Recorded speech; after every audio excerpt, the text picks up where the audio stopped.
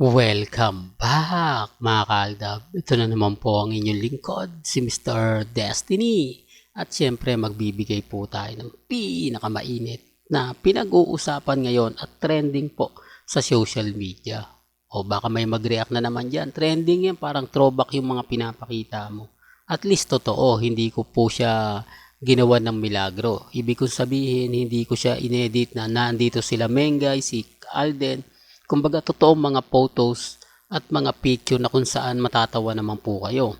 Pero walang halong kumbaga issue na kumbaga para lang po makumpirma o maniwala yung mga taong naninindigan sa Aldab, di po ba? Sabi ko nga po sa inyo dito po sa channel ni Mr. Destiny, kung ano lang po yung latest, kung ano lang po yung pinag-uusapan, ihahatid ko po sa inyo, di po ba? Ang issue ngayon tungkol nga po sa sabi ko nga po sa inyo kay Alden Richards. Dahil nalalapit na nga po ang March 1 ng live, kung ano-ano na naman po ang pinapakalat. Tapos, kung matatandaan nyo, di po ba na-ambush interview si Alden at sinabi niyang single na naman. Tapos yan na, sinasabi ng iba, ayan Mr. Destiny, si Alden single na. Ayaw nyo pang maniwala na wala siyang karelasyon.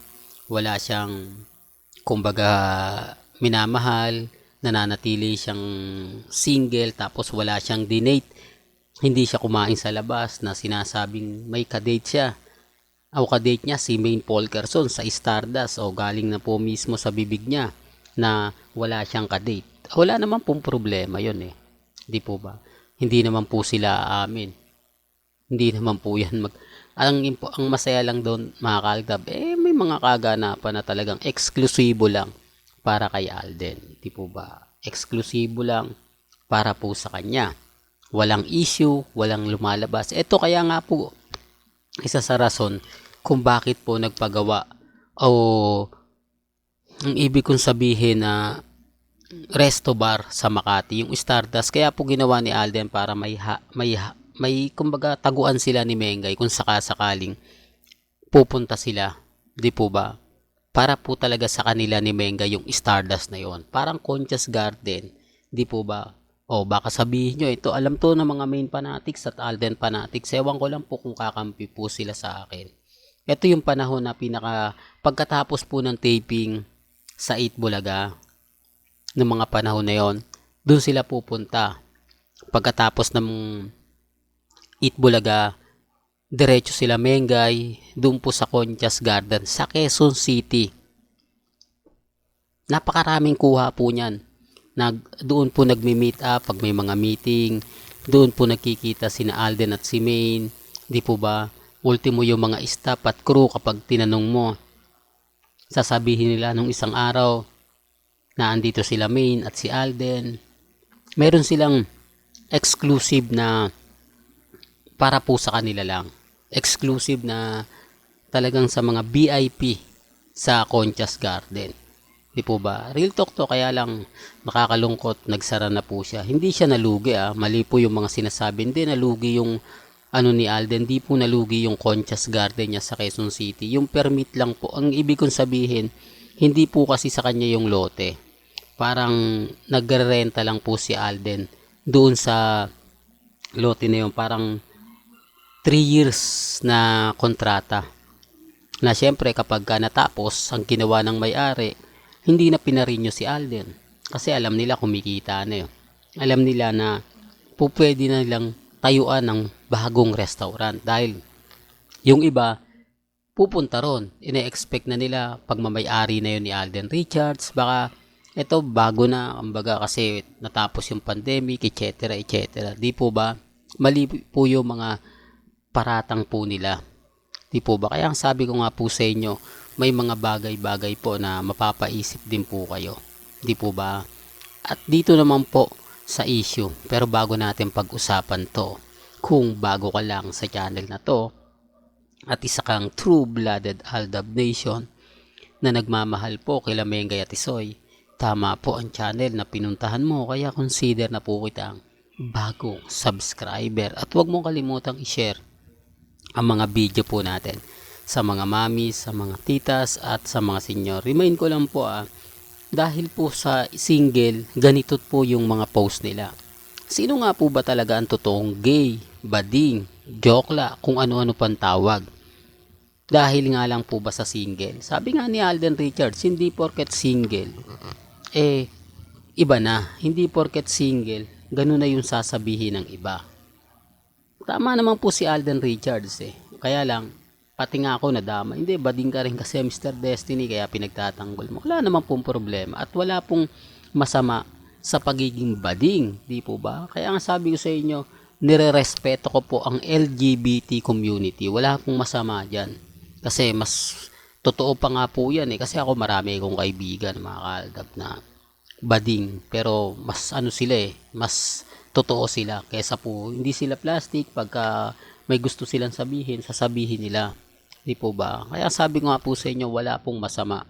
Kaya nga sabi ko, sino nga po ba ang totoong may issue ng bading? Yun lang naman po kasi pambasag nila kay Alden. Nang dahil nga po hindi ito nagre-react, hindi ito nagko-komento, pero kita nyo naman po, tinapos niya na yan, yung issue na yan, kay Tony Gonzaga, yung interview niya, na hindi daw po mamatay-matay yung issue na yon.